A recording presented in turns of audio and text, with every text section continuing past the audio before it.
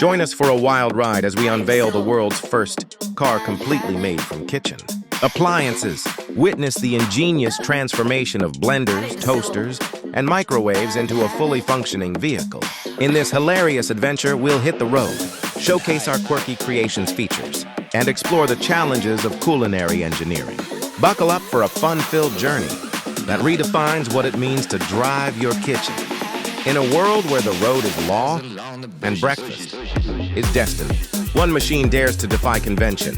Not built in a factory, assembled in a kitchen, fueled by fire, cooled by Freon, and held together by pure culinary chaos. Meet the Flambe Flyer, half car, half countertop, all attitude. This summer, the Appliance Alliance races for glory, and only the weird survive. Strap in, plug in, burnt toast guaranteed. They said it couldn't be driven.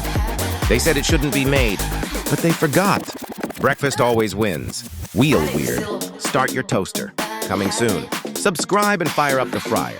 Don't forget to like, share, and comment your thoughts.